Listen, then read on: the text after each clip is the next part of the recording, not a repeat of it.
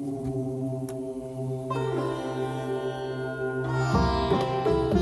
know, it makes so much sense that we have a day set aside for giving thanks. It just makes sense. It's so important. And I want to start today's show by saying how thankful I am for the deep end. I mean, seriously, Marianne, Rudis, Bob Hayes, just to think, feel, and wonder, and to accept that, we are on a long journey of waking to life, to consciousness, to being, to what is going on here, and realize that the jury is still out on everything, and just to engage it, to me, that is so awesome. And this whole concept of gratitude and being thankful, it doesn't come natural to everybody. Some of us have to grow it.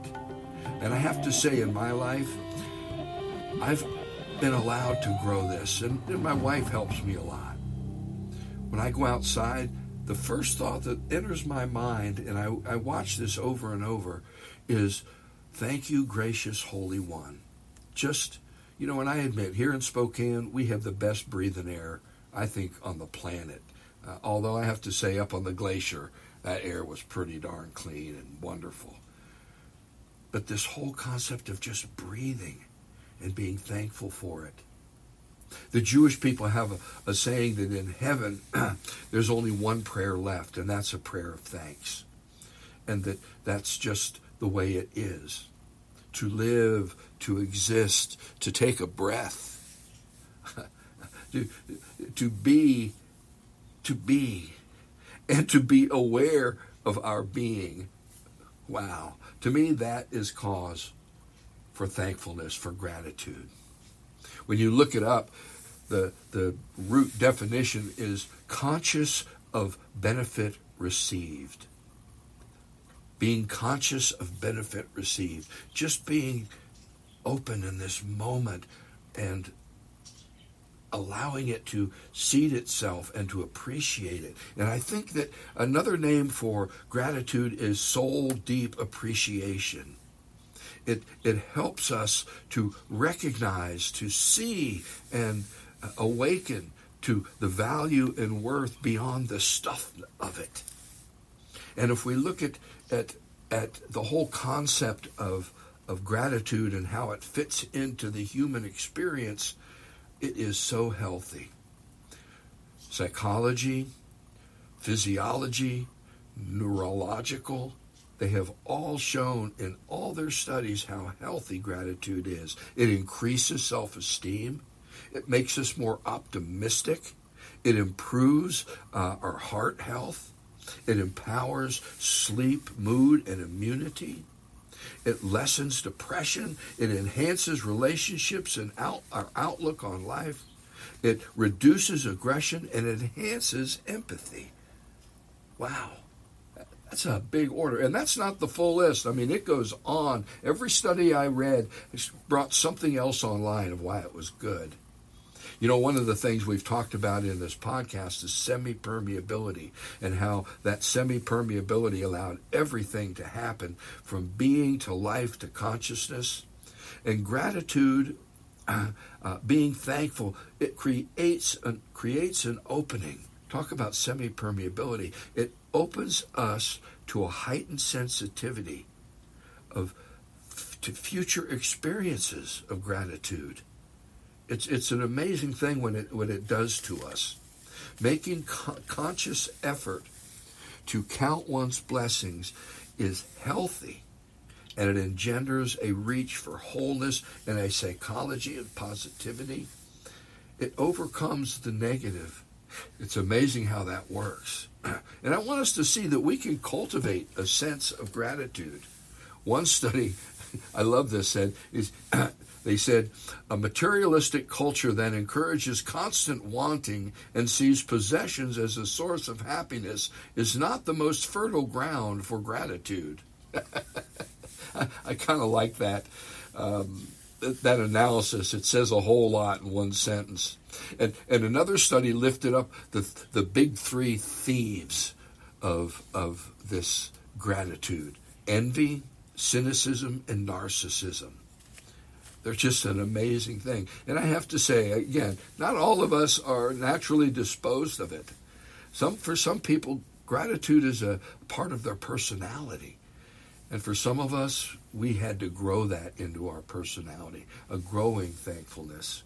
I know in one place in my life that was dark and kind of rough, every night I listed 10 things that I was thankful for.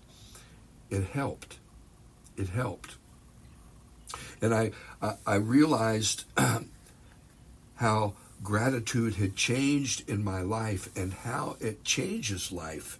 One day when I was going over a mountain pass and it was raining and it was really cold and I got a flat tire. Now, talk about miserable. I was out there changing this tire, pumping it up. I didn't have a hat. My hair was wet. It was dripping off my nose, and I was just, in my mind, bitching. And all of a sudden, this wave of gratitude washed over me. And the cold rain and my soaking hair, the water running down my face, the whole picture of me turned that miserable moment into meaning. And I started laughing. Joy and misery commingling, an entanglement in a most extraordinary way. And something in me relaxed. Something in me was put at ease, and my internal self-talk changed instantly from all this negative stuff to a lightness of being. I call it a trickster moment. My understanding later came on that the coyote showed up and soaked me and redeemed me in one quick wave. Now, I want to end my opening thing by saying thanks for stuff, being thankful for stuff. And I'll still remember how thankful I was for that Steve Canyon helmet I got when I was 7 years old. That thankfulness for stuff misses the mark. It bends the arc of gratitude towards narcissism, towards one's own self-gratification. And even as I say this, I sit in my studio full of stuff and am totally thankful for all of this stuff so that I can do this music that I love and even for this podcast. So I'm thankful. And I'm trying to keep my thankfulness healthy, and I'm trying to continue to cultivate a sense of gratitude that I might see more and more of creative responses instead of the wallowing piece in my own cynicism. So that's where I am. Again, I'm here with Bob Hayes from Florida, Marianne Rudis from Spokane Valley. We've all been friends for decades now, or close to it. Marianne, I'll start with you. I'm thankful. How do you see all this?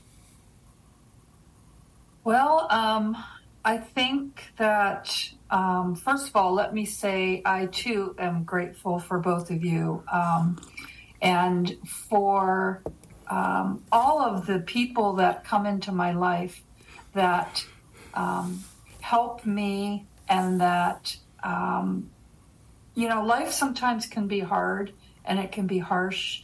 And to find gratefulness within all of that, you're right. I think it does take some effort. But I also think that can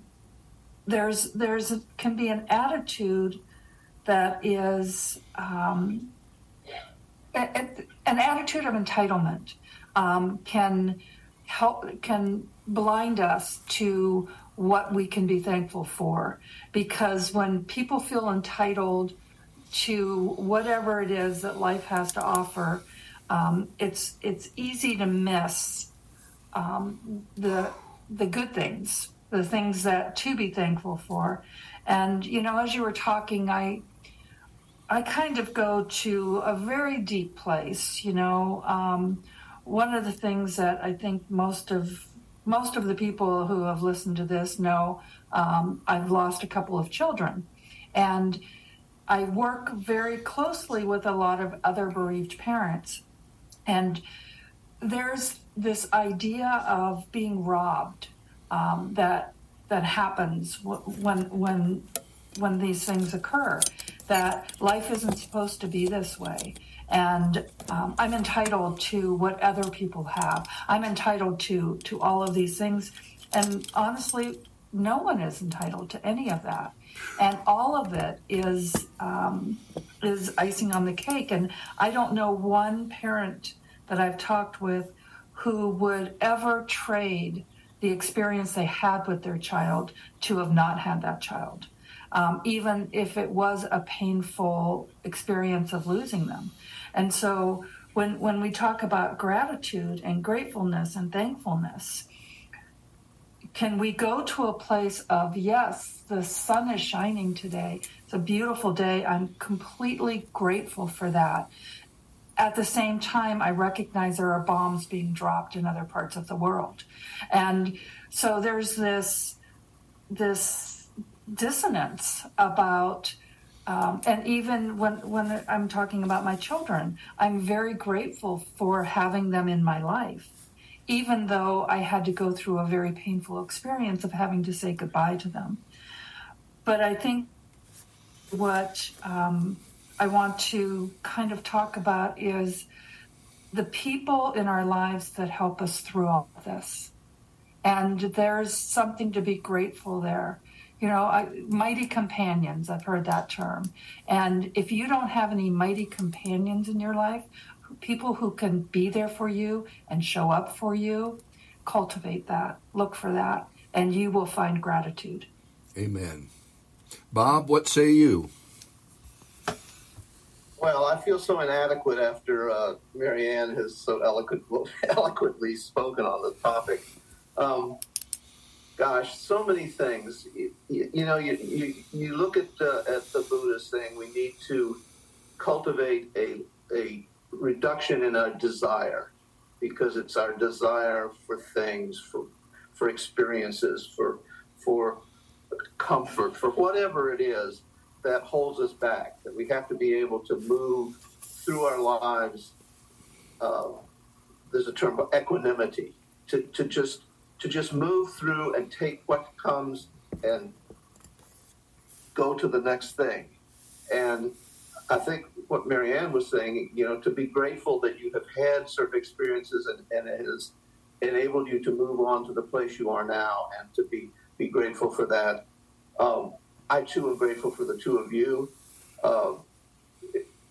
Being here in the deep end is an experience that I don't have with anyone else. You know, usually I talk deep end stuff with people, and I see them swimming as quickly as they can to the shallow end.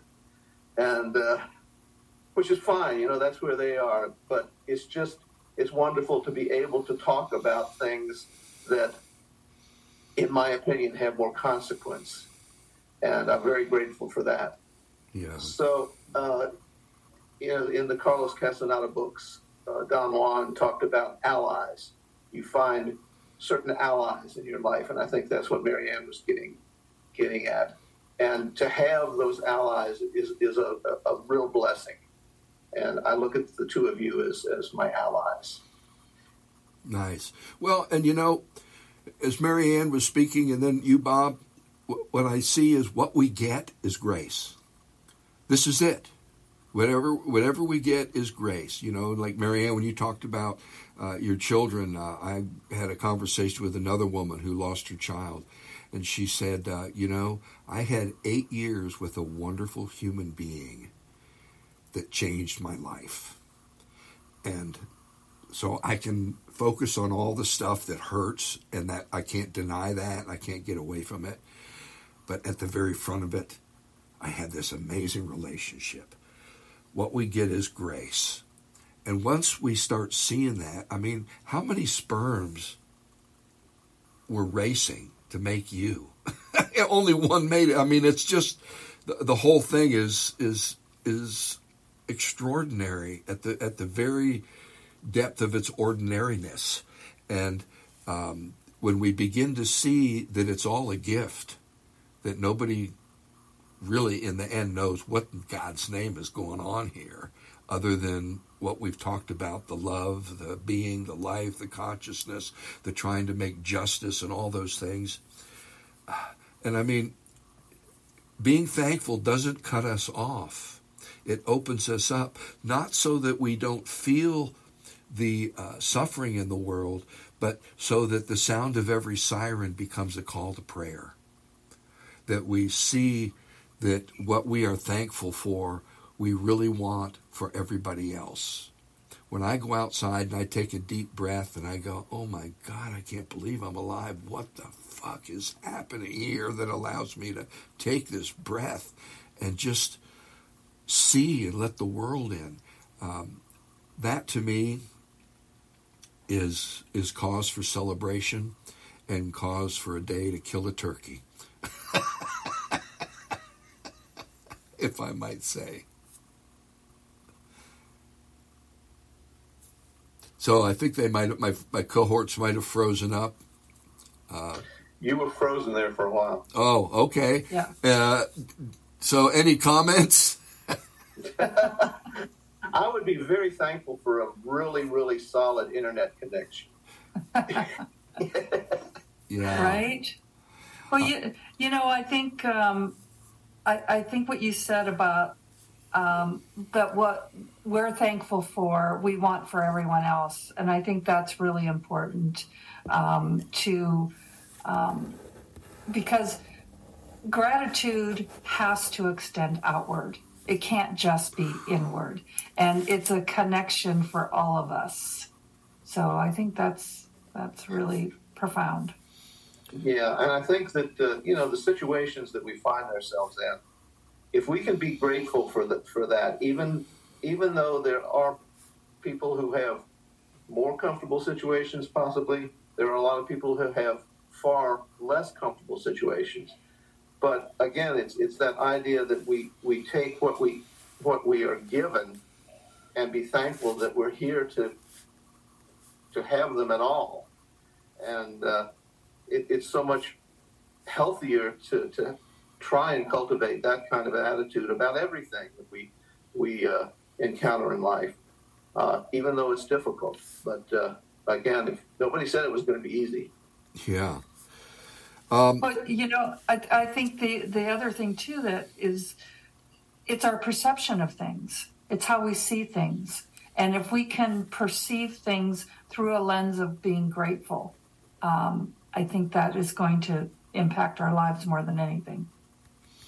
And, you know, as you all were talking, I was thinking, you know, just like the eye is an opening that has a focal point that allows clarity, when it's working really well, gratitude has an opening that also has an inner focal point that is on this prime mystery of humankind, and that's appreciation. You know, my dog is very happy in the morning when I get up. You know, basically she wants the treat I'm going to give her, I think, but that's okay. She doesn't know that she can appreciate. She can appreciate the treat, but she can't know that she appreciates it. And that level of self-consciousness, of thankfulness, of gratitude is a piece that makes us very human. And not sure at what point to jump in and say you're frozen, but you froze up again. I froze up again. Oh, no. It seems like you freeze just at the time you're going to make a really profound statement. You know?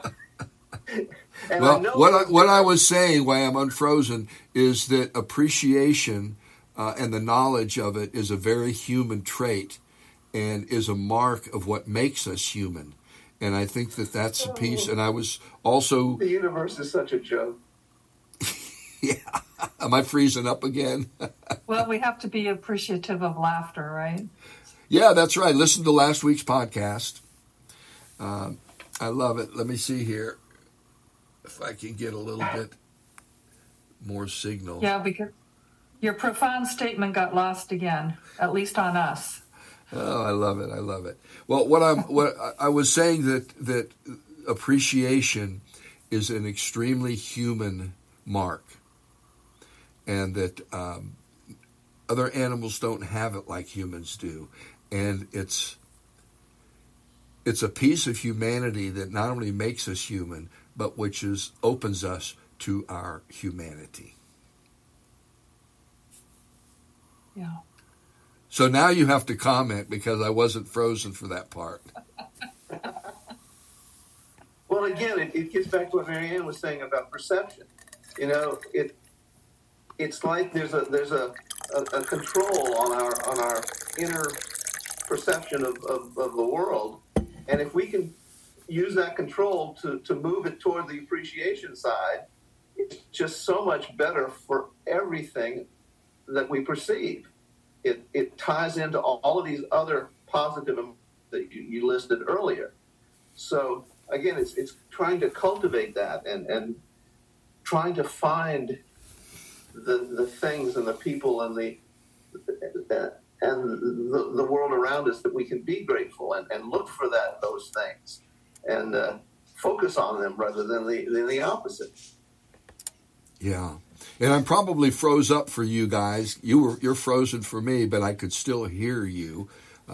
As many of you are seeing, we're having a little bit of a glitch here on the receiving front, but that's okay, because we're going to, oh my gosh, I lost the signal completely. Stand by one. All right, we just had some technical difficulty, but our point was that we were talking about was how gratitude, thankfulness, it creates this opening with an inner focus. And, just like the eye has a focal point, so does gratitude. But it focuses on a mystery, appreciation. This is a decidedly human event.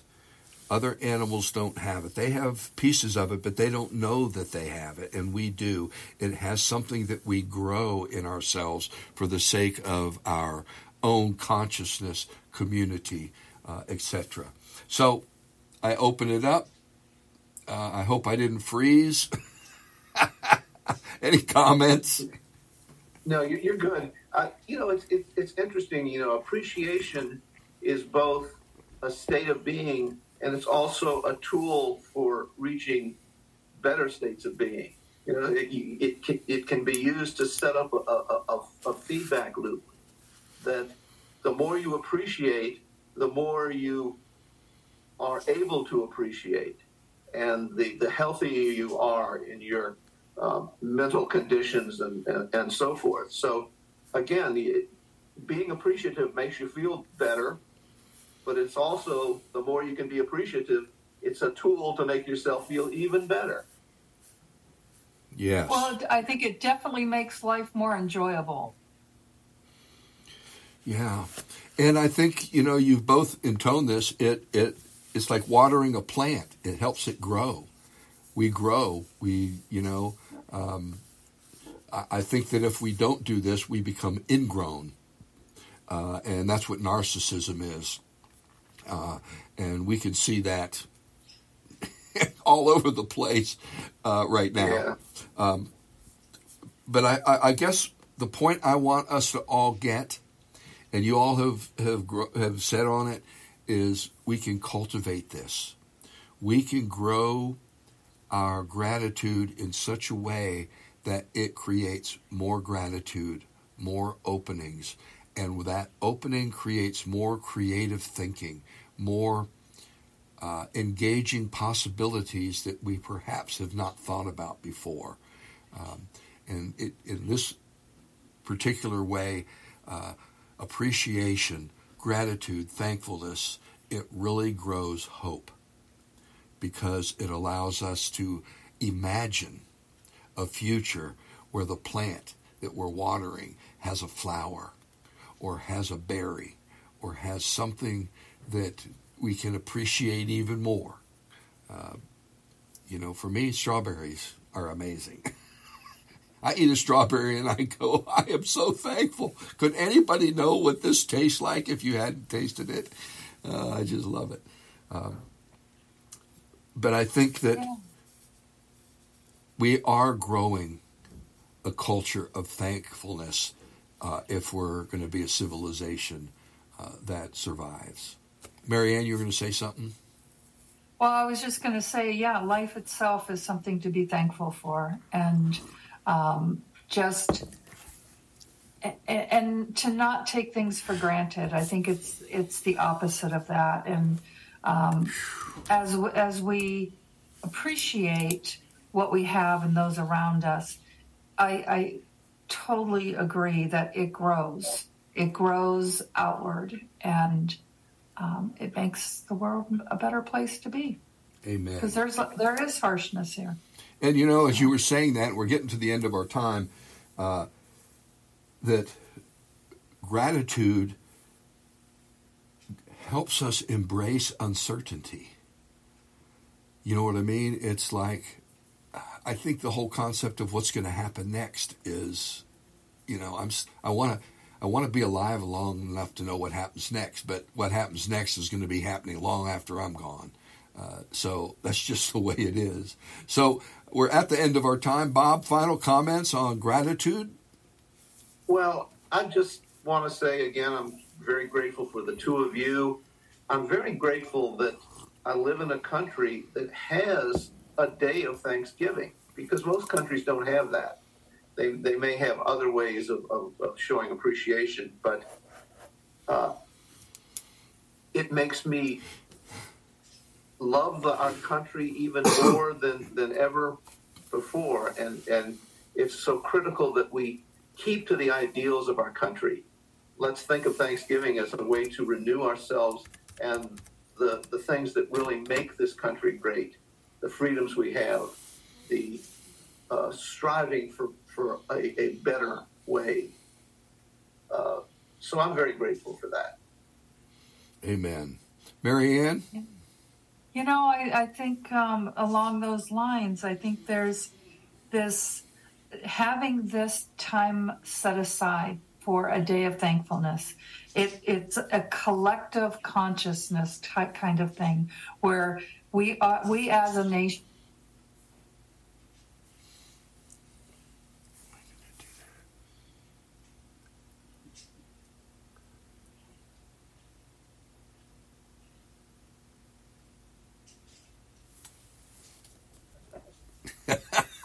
We're freezing up all over the place. Paraphrase yourself.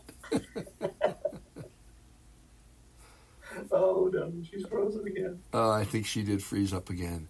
Okay, well, Marianne, we did get to hear most of what you said, and I will say this. My final thanks is to our listeners. We have listeners in over 20 countries, over half the states, and it's a joy to know that people are engaging, are wondering, because that's what the deep end is about. We just wonder about stuff, pull on threads till we get to the place where nobody knows what the hell's going on. So I want to thank our listeners, and we'd love to hear from you at redhawkthedeepend@gmail.com. That's redhawkthedeepend@gmail.com. So the whole key to me is, what do we do next? Seriously, where do we go? And from thankfulness, and we ended almost like gratitude can help us embrace uncertainty. And yet, we're full of expectation. The year still goes on. Planting season still goes on. The snow season still comes on. For many people where I live, it's called the ski season, where people can hit the mountains. This whole concept of expectations and preparing for our expectations, knowing that in uncertainty is an integral piece of the whole thing. Oh my gosh, what is going on here? How do we do that? I want to talk a little bit about our expectations. We're coming into a season called Advent within the Christian tradition. And what Advent really has to do with, it has to do with preparing. And although there's many different understandings of preparing, preparing for the second coming, preparing for the judgment, no. I want us to prepare for uncertainty. I want us to all have a hopeful sense for tomorrow. and to create a world where our expectations are for all. My friends, blessings, be thankful.